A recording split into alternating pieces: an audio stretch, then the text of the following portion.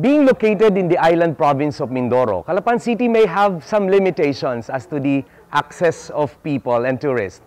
But the local government has proven them wrong because the developments and the recent developments here in Calapan City as the Bagong Calapan has shown and showcased wonderful investment and tourism opportunities for all of us.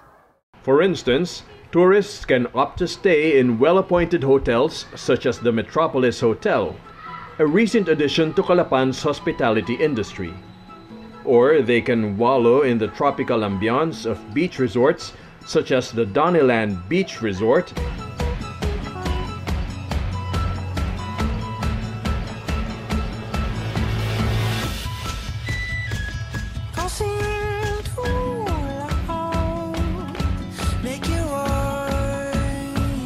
and the Anahaw Island View Resort.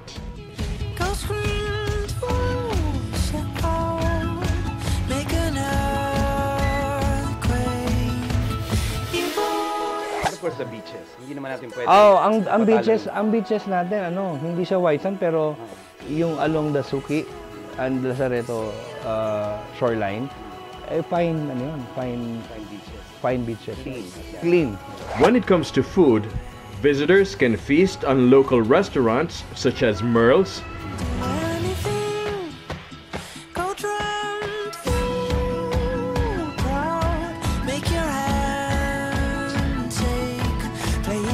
Mabuhay Pansiteria,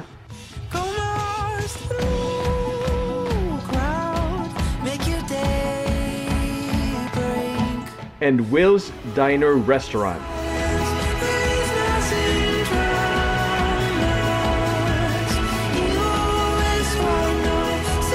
Tell us about the food. What's unique about the food? Ang food, syempre Tagalog tayo, no? Well, the usual, but then siguro dito masarap the organic rice. Alam mo, hindi ko lang alam. Well, we have dito kalaki yung ating biya, yung pusit. Masarap yan, ano? Yeah, dito masarap yan. And even especially the fruits, even durian. Ang fruits ay ang Mindoro is the fruit basket of the Philippines. Lanzones, rambutan, durian, dito. Dito yan makikita sa Mindoro. We've encountered some products na part of the OTOP, the One Town One Product. Yes, meron dito yung suman sa lihiya. Nung alam mo yung sa time interview, bakit ang dami namin ng mga OTOP suman? Sabi ko, tikpan niyo yung suman namin. Talagang iba yung suman namin. Masarap yung suman sa lihiya. At yung toasted siopaw. Dito lang yun sa Calapan, no? And I think yung ating mga kasama nag-enjoy ng pagkain ng lahat ng pagkain na ito.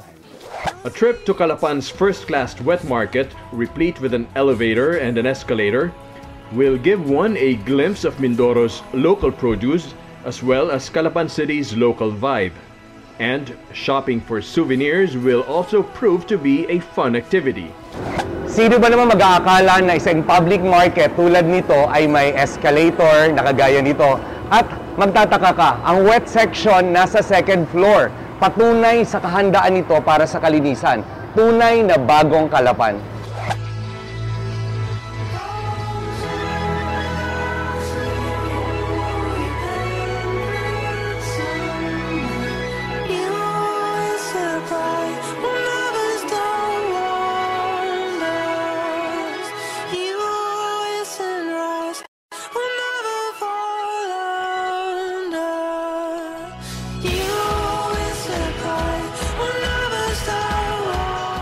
While a walk in the plaza is an experience in itself,